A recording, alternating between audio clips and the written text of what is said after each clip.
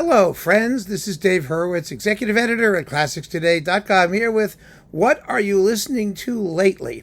And I don't know about you, but I like to comb through my collection at random just to see what's available. And since my upper collection here, as opposed to the overflow room, got de-alphabetized when I move, and I kind of re-alphabetized some of it, there's a lot to see that I didn't remember I had up here. And it's wonderful. I wish I knew where more of it was. It's all, oh dear, it's all so depressing. Anyway, this is the project for like the rest of my life. But there are recordings that pop out as I'm going through and looking for things. It's actually become quite wonderful in terms of training my memory to remember where things are. And this is one of the things that I've been listening to lately. This EMI full-dimensional sound, digitally remastered, The Sound of Wagner and Strauss, featuring Erich Leinsdorf. Now, Leinsdorf was one of those guys, he was kind of a second-rater in terms of his interpretation of the German standard stuff. But some of the things he could do some things he did were marvelous. He was a great Wagner and Strauss conductor. For example, really a great Wagner and Strauss conductor, and he would program anything. He conducted more music than anyone in the universe, and the programs I saw with him were just fabulous on paper. As it turned out, some of them could be sort of catch as catch can, but boy, he could program with the best of them. And it's a lost art, putting together exciting and interesting programs. But he would do that, and it was really marvelous. Anyway, this is another one of those, because what you get on this thing with the Concert Arts Symphony Orchestra and the Philharmonia, recorded in 1957 and 1960, really very good sound. These are vintage EMI recordings of that period. For Wagner, you get the Tannhäuser Overture and the Ride of the Valkyries, joined to the Magic Fire music as edited by Leinsdorf himself. He would do this, and his own arrangements of things, even more than Stokowski's, quite frankly, were often wonderful. Musically really smartly done. And then we've got Siegfried's Funeral March and the Prelude to Act 3 of Lohengrin. All right, so it's a pretty standard Wagner program. And not, the most thrilling thing in the world in terms of programming, but the performances are really fiery and very exciting and just completely idiomatically marvelous. They really are. But then we get to Richard Strauss.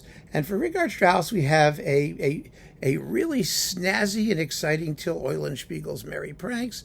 And best of all, here we go. The Interludes from Die Frau ohne Schatten, arranged by Leinsdorf. This is an 18-minute Die Frau ohne Schatten tone poem. That's really what it is.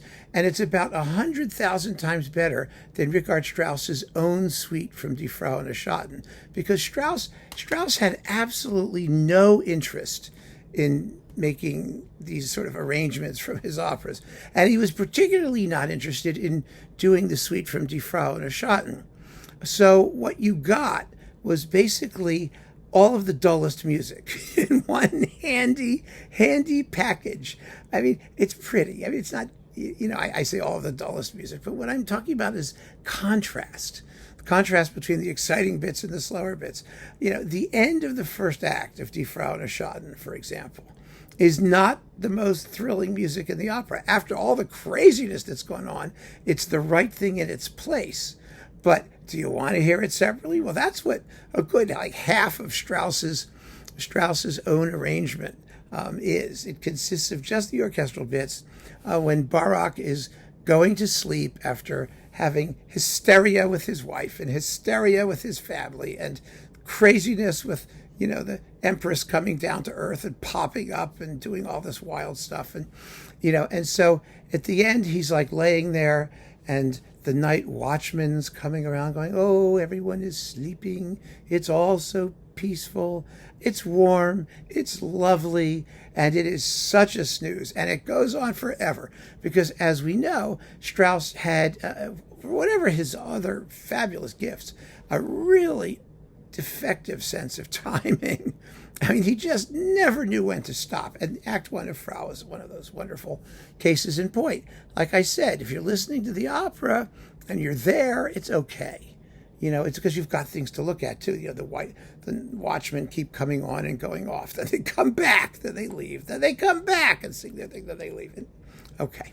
Anyway, so Strauss's suite from Die Frau ohne Schatten is a real bow wow of a piece. It just never stops, and the music in it is not the most interesting. So what Leinsdorf did was he took all the fun stuff, like the flight down to the earth from the first act, and the interludes from the second act where all this stuff is going back and forth. They're going up, they're going down, and the Kaikobad is doing his thing, and the emperor is running around looking for his falcon, and it's just really, really good stuff.